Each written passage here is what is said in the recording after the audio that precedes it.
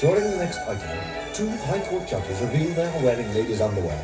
If you have any ladies' underwear in your house, why not slip it on during the track and recreate these hilarious moments in the privacy of your own sitting room? It's fun and only slightly illegal. Oh, I've had a bitch of a morning in the High Court. I could stamp my little feet the way those attorneys carry on. Don't I know it, love? Objection here, objection there, and that lovely policeman giving his evidence so well. Beautiful speaking voice. What, a body? Yes. Oh. Well, after a bit, all I could do was bang me gavel. You what, love? I banged me gavel. Oh, get away. I did me silence in court, bitch. Oh, you bitch. If looks could have killed, that prosecutor would have been in for 300 years. How did your summing up go? What?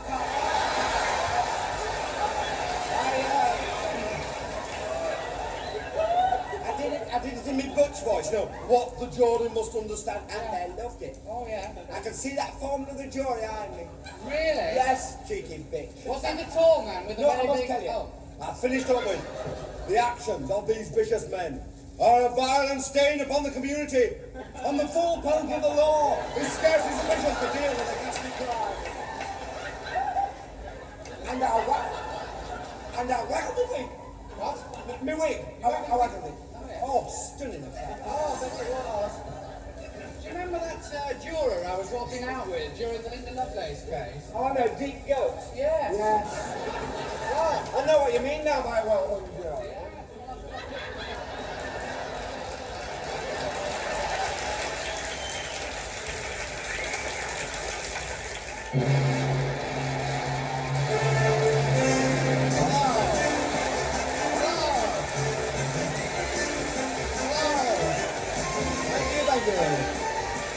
Hello, good evening, and welcome to Blackmail. Yes, it's another edition of the game in which you can play with yourself.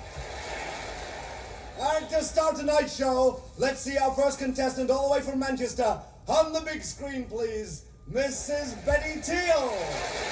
Hello, Mrs. Teal, lovely to have you on the show. Now, Mrs. Teal, if you're looking in tonight, this is for £15. And is to stop us revealing the name of your lover in Bolton. So, Mrs. Teal, send us £15 by return of post, please, and your husband Trevor, and your lovely children Diane, Janice, and Juliet. Need never know the name of your lover in Bolton.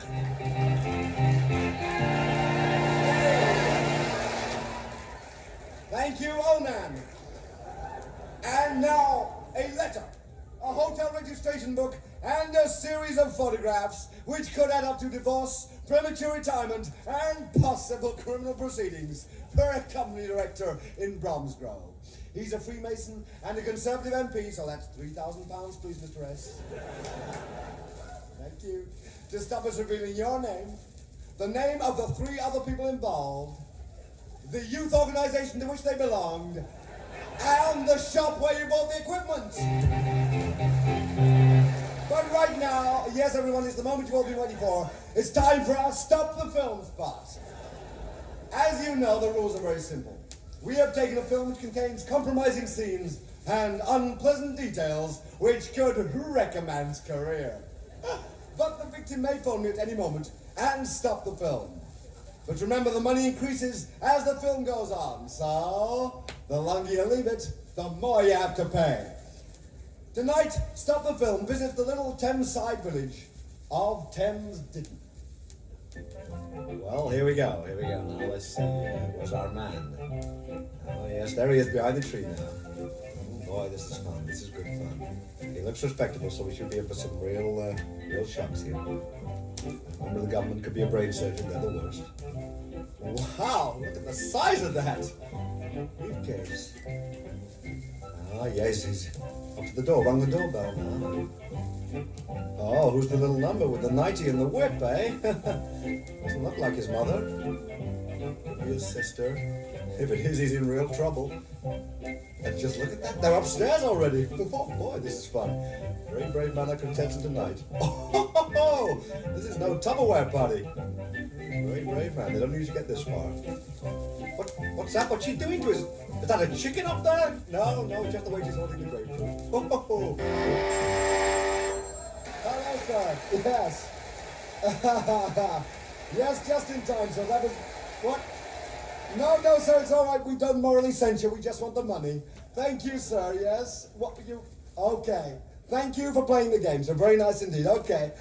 Okay, see you tonight, Dad. Bye-bye. Well, that's all from this edition of Blackmail. Join me next week, same time, same channel. Join me, 2 dogs, and a vicar, when we'll be playing Pederasto, the game for all the family. Thank you. Thank you.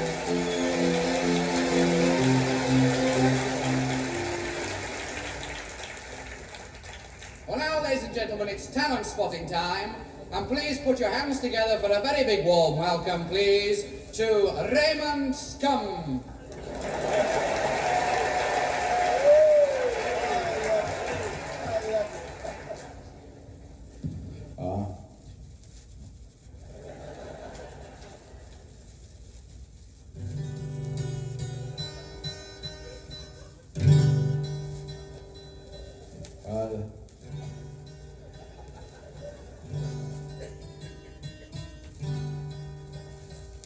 This next song is a protest song.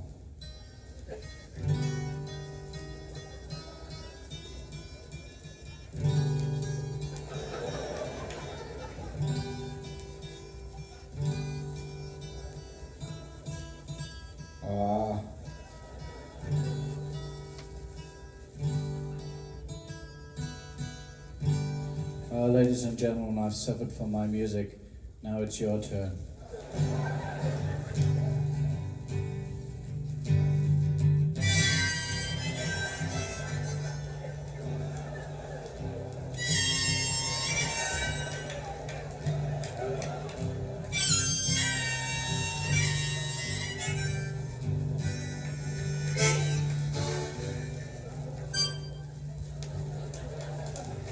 All the prophets of doom can always find room in a world full of worry and fear. Tip cigarettes and chemistry sets and Rudolph the red-nosed reindeer. So I'm going back to my little old shack and drink me a bottle of wine. That was mise en bouteille before my birthday, and have me a fucking good time. Rain on a tin roof sounds like a drum. We're marching for freedom today. Hey, turn on your headlights and sound your horn if people get in the way.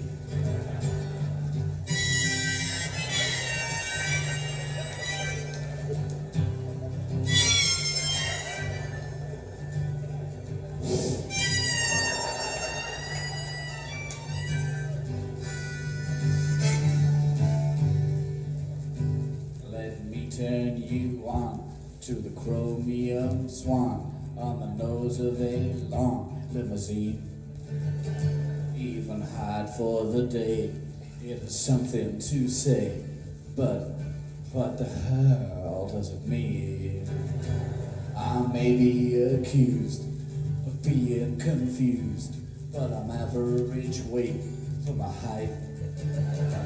My philosophy, like color TV, is all there in black and white. Rain, rain on the tin roof sounds like a drum. We're marching for freedom today. Yeah, turn on your headlights and sound your horn if people get in the way.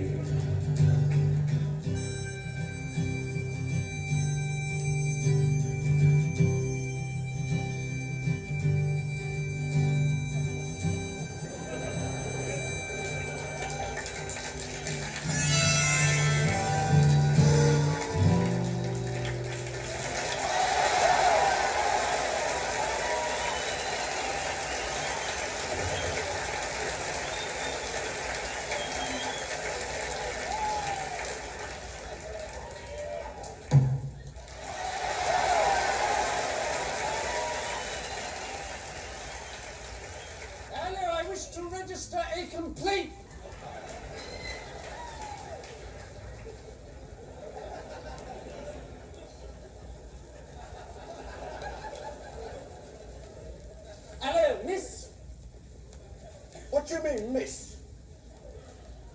I'm sorry, I have a cold. I wish to make a complaint. Sorry, we're closed for lunch. Never mind that, my lad. I wish to complain about this parrot what I purchased not half an hour ago from this very boutique. Oh yes, the Norwegian blue. What's wrong with it? I'll tell you what's wrong with it, my lad. He's dead. That's what's wrong with it. No, he's resting. Oh, matey, I know a dead parrot when I see one, and I'm looking at one right now. No, he's not dead, he's resting. Remarkable bird, the Norwegian blue, isn't it, eh? Beautiful plumage. The plumage don't enter into it. He's stone dead. No. He's resting. All right, then. If he's resting, I'll wake him up. Hello, Mr. Polly Parrot. I've got a lovely fresh cuttlefish for you if you Don't move. No, he didn't. That was you hitting the pen. I never. Yes, I never did a thing. Hello.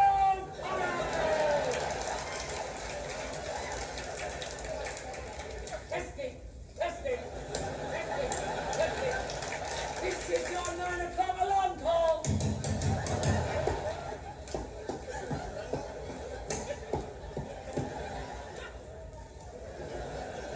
Now that's what I call a dead parrot. No, he's stunned. Yeah! You stunned him just as he was waking up. Norwegian blue stunned easily, Major. Now look, mate, I've definitely had enough of this. That parrot is definitely deceased, and when I purchased it not half an hour ago, you assured me that its total lack of movement was due to it being tired and shagged out following a prolonged squawk. Well, he's probably pining for the fjords. Pining for the fjords? What kind of talk is that? And why did he fall flat on his back the moment I got him The home? Norwegian blue prefers kipping on his back. Remarkable bird, isn't it, Squire?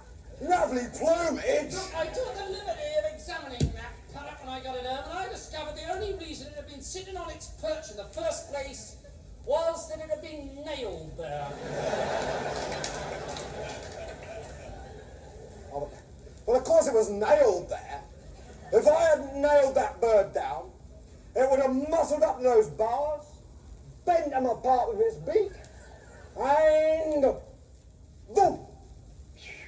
Fool! Mate, this parrot wouldn't boom if you put 4 million bolts through it. He's bleeding demise. No. He's pining. He's not pining, he's passed on. This parrot is no more. He has ceased to be. He's expired and gone to meet his maker. He's a stiff. Bereft of life, he rests in peace. If you hadn't nailed him to the perch, he'd be pushing up the daisies. His metabolic processes are now history. He's off the tree. He's kicked the bucket. He's shuffled off his molten coil, run down the curtain, and joined the bleeding choir in vestibule. This is an ex-parrot.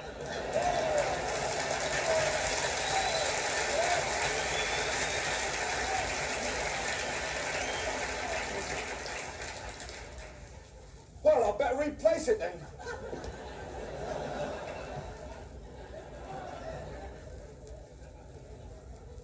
Sorry, Squire, I've had a look round the back of the shop, and we're right out of parrots. I see, I get the picture. I got a slug.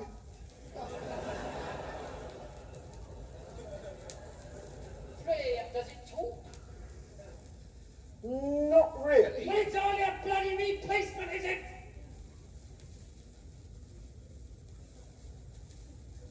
Do you want to come back to my place?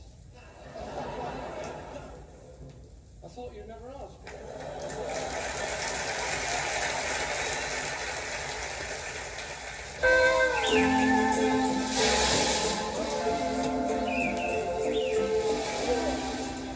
Aye.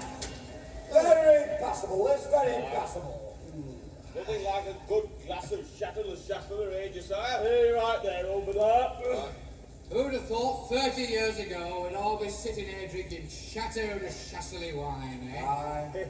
In them days, we were glad to have the price of a cup of tea. Right, a cup of cold tea. Without milk or sugar? Or tea. In a filthy, cracked cup. We never used to have a cup. We used to have to drink out of a rolled-up newspaper. The best we could manage was a suck on a piece of damp cloth. But you know, we were happy in those days, though we were poor. Because we were poor. Aye. My old dad used to say to me, money doesn't buy you happiness, son. He was right. I was happier then and I had nothing. We used to live in this tiny old house with great big holes in the roof. House? You were lucky to have a house. We used to live in one room, all 26 of us, no furniture. Half the floor was missing, we were all huddled together in one corner for fear of falling. Oh, you were lucky to have a room. We used to have to live in a corridor. Oh, we used to dream of living in a corridor. Would have been a palace to us. We used to live in an old water tank on a rubbish tip. We got woken up every morning by having a load of rotting fish dumped all over us. House? Huh. Well, when I say house, it was only a hole in the ground covered by a piece of twig, but it was a house to us. We were evicted from our hole in the ground. We had to go and live in a lake. You were lucky to have a lake. There were 150 of us living in a small shoebox in the middle of the road. Cardboard box? Aye, you were lucky. We lived for 3 months in a brown paper bag in a septic tank. We used to have to get up at 6 in the morning, clean the bag, eat a crust of stale bread, go to work down the mill 14 hours a day, week in, week out. And when we got home, our dad would thrash us to sleep with his belt. Luxury. We used to have to get out of the lake at 3 o'clock in the morning, clean the lake, eat a handful of hot gravel, go to work for 20 hours mill for every day for twopence a month, come home and Dad would beat us around the head and neck with a broken bottle if we were lucky. Well, we had it tough. We used to have to get up out of the shoebox at 12 o'clock at night and lick the road clean with our tongues. We had one handful of freezing cold gravel, worked 24 hours a day at the mill for 4 months every 6 years. When we got home, our Dad would slice it in two with a bread knife. Right. I had to get up in the morning at 10 o'clock at night, half an hour before I went to bed.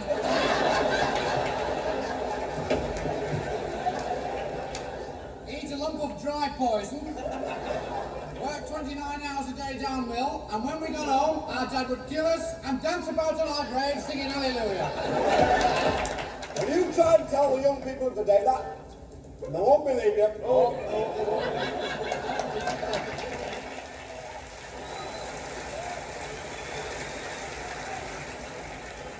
Good morning. I'd like to have an argument, please.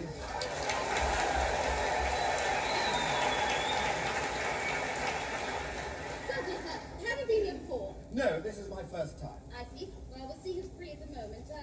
Mr. Bakey's free, but he's a little bit conciliatory. No. Try Mr. Barnard, route 12. Thank you.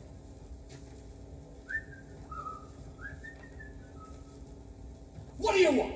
Well, I was still outside. Don't give me that, you snotty face, even parrot dropping. What? Shut your festering gob, you tit. Your type makes me puke. You vacuous, stuffy nose, malodorous pervert. It's like any of an argument.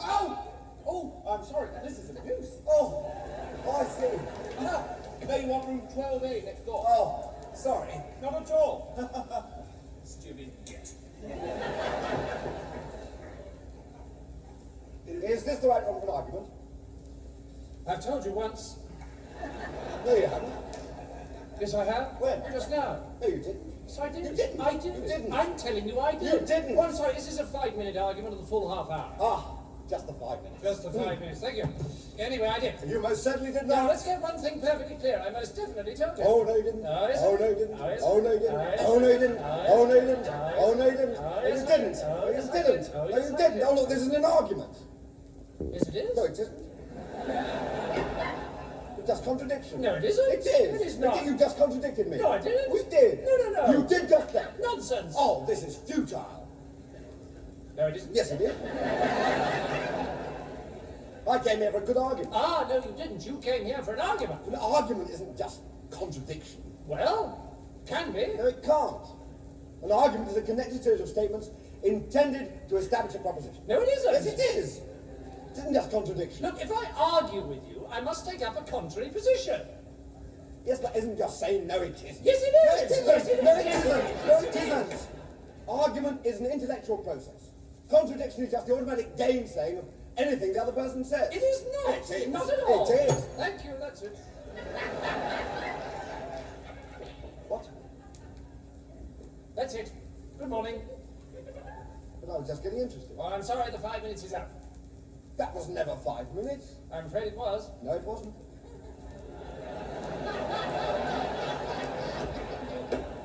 I'm sorry, I'm not allowed to argue anymore. What? If you want me to go on arguing, you'll have to pay for another 5 minutes. But that was never 5 minutes just now. Oh, come on. Oh, this is ridiculous. I told you I'm not allowed to argue unless you pay. Oh, all right. There you are.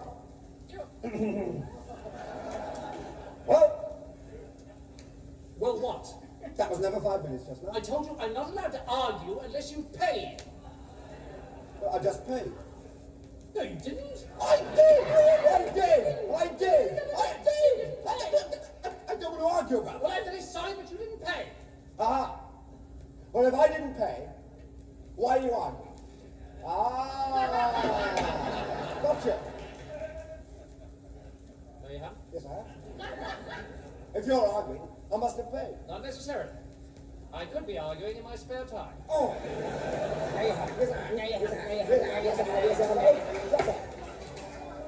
I've got 2 legs from my hips to the ground, and when I move 'em they walk around, and when I lift 'em they climb the stairs, and when I shave 'em they ain't got hairs. I've got 2... Oh!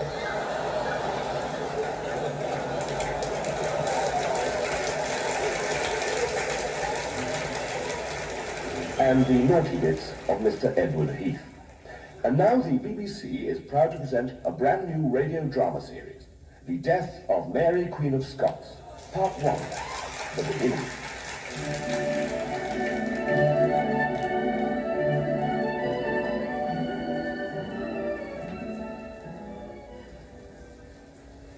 You are Mary, Queen of Scots?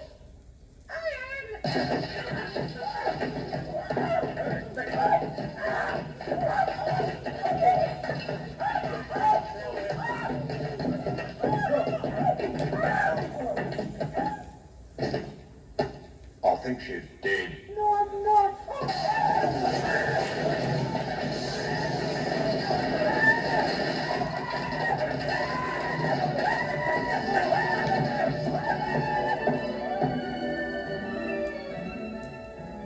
That was episode 2 of The Death of Mary, Queen of Scots, specially adapted for radio by Gracie Fields and Joe Frazier. And now, Radio 4 will explode. Liberal rubbish!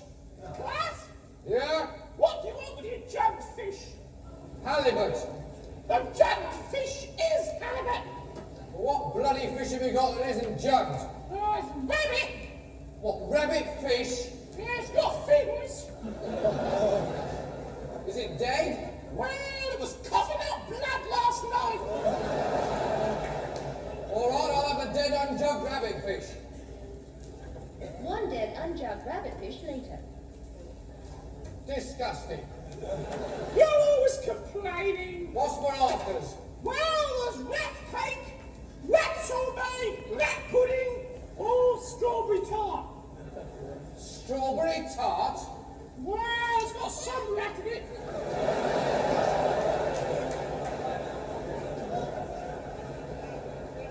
How much rat in it? 5. It's not a lot, really. All right, well, I'll have a slice without so much rat in it. One slice of strawberry tart without so much rat in it later. Appalling. No. Hello, Mum. Hello, Dad. Hello, son. Ed, there's a dead bishop on the landing. A dead bishop? Where's he from? What do you mean? What's his diocese? Well, he looked a bit canterbury to me. I'll go and take a look. Oh, right. I don't know who keeps bringing them in here. Well, it's not me. I put 3 down by the bin and the dustman won't touch them. Oh. Bishop of Westminster. How do you know? Tattooed on the back of his neck. I'm going to call the police. Should you call the church? Call the church police. Good idea. The church police.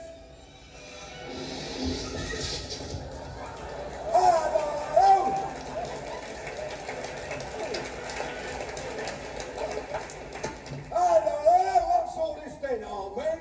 Are you the church police? Oh, yes! There's another dead bishop on the landing, Vicar Sergeant. Detective Parson, madam. What is he, RC or COE? Pass it out now. He's tattooed on the back of their necks! Here. Who's that? Rat tart? Yes. Disgusting. Right. Men, the hunt is on. Let us pray. Oh Lord, we beseech thee, tell us who croaked the Bishop of Westminster.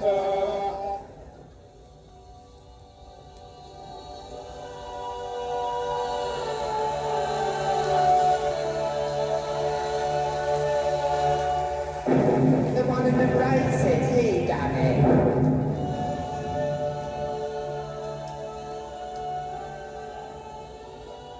All right, it's a fair cop, but society is to blame. Right, we'll arrest them instead. Come on, look. What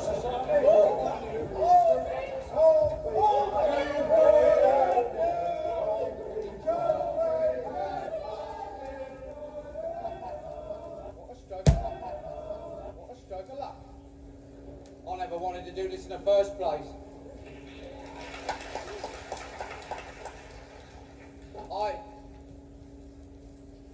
I wanted to be a lumberjack.